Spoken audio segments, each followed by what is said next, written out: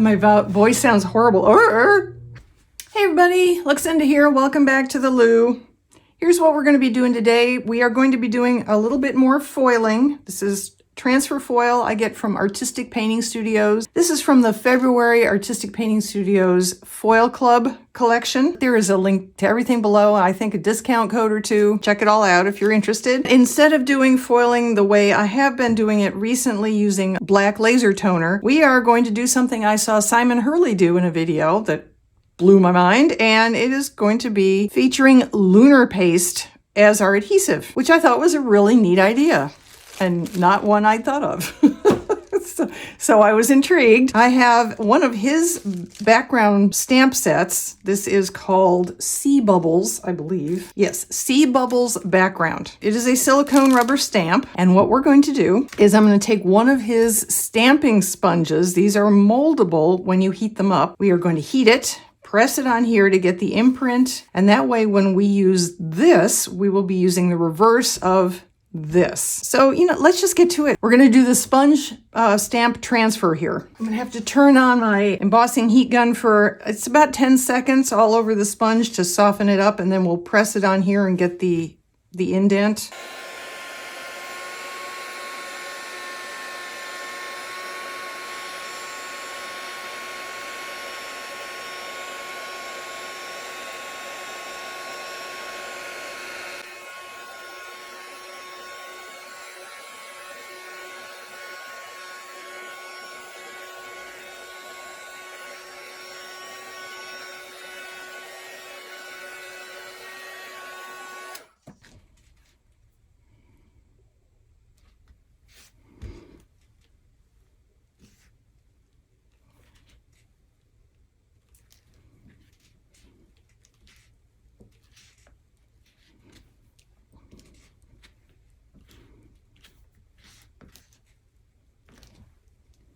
We have a beautiful indent there from our stamp. This will stay until the next time I hit it with heat, which is really cool.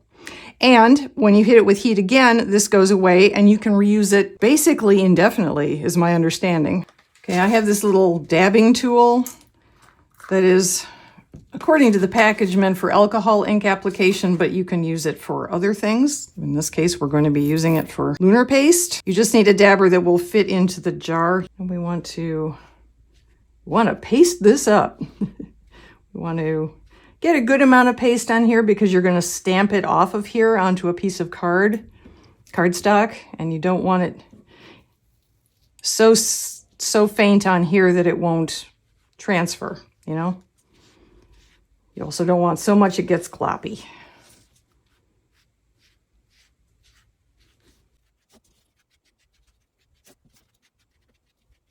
Okay.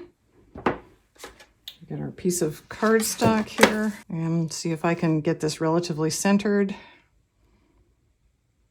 Like that. Press it down. And yeah, that's all right. It's not great. It's all right. We can try a second press by wetting this a bit. My ultrafine mister that has just regular old distilled water in it. And I spritz it just a little bit. That's probably too much. And do a second press. It's okay. I'm going to try it on the other side as well. I've been using the textured side of my watercolor cardstock, so let's try it on the smooth side. Probably work better. In fact, you know what? Let's get some more of this paste on here. Just a little bit. See how this goes. I'm making a complete mess, but experiment. I've never used any of these materials before except the Lunar Paste. There we go. Actually, I like that better. Okay, so for my future reference, I will stamp on the smooth side of the watercolor paper or watercolor card. Obviously, that's personal preference. You can do it on the textured side to get more texture. So these are our 3 stamps. I am going to let these dry thoroughly before we go on to the foiling stage. In the meantime, I am going to wash this, and I'm definitely going to wash this. I'll meet you back here in a couple of minutes. Hey, we're back. Okay, our prints have dried. I'm going to take the very first one we did. I'm going to use a piece of parchment paper as my is my paper packet or my sleeve, my protective sleeve. On top of the print area, I'm going to put this first foil. I will put the names of all the foils I use. We're going to use 3 different ones, because why not? I'll put the names here on the screen so you know what I'm using. If you want to go find it at Artistic Painting Studios, you can. Links below, discount code, the whole thing.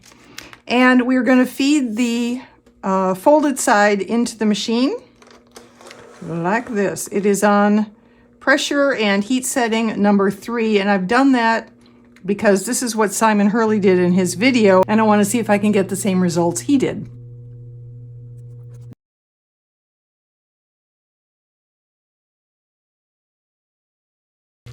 Ha, that's cool. Look at that. Now you can see all the different colors. That's why I was using that particular foil, was to try and get all the different colors. Hopefully you can see that.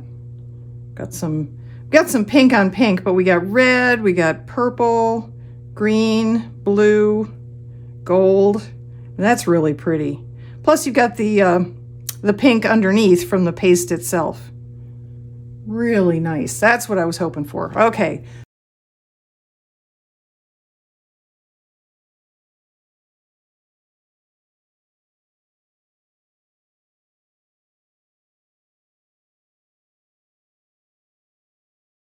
Third time. This is the one I did with paste again on the smooth side of the watercolor paper. And I want to try a different foil this time. We're going to go with gold. Just plain old gold. Do you think gold or you think copper? Yeah, I'm going to go with gold. Or we could do both. Let's see how that works.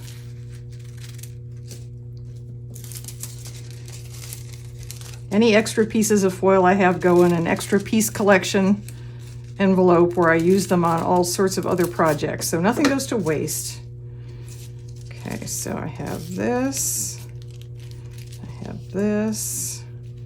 So we should see a little of each one, hopefully. Put it in here and run her through. Okay.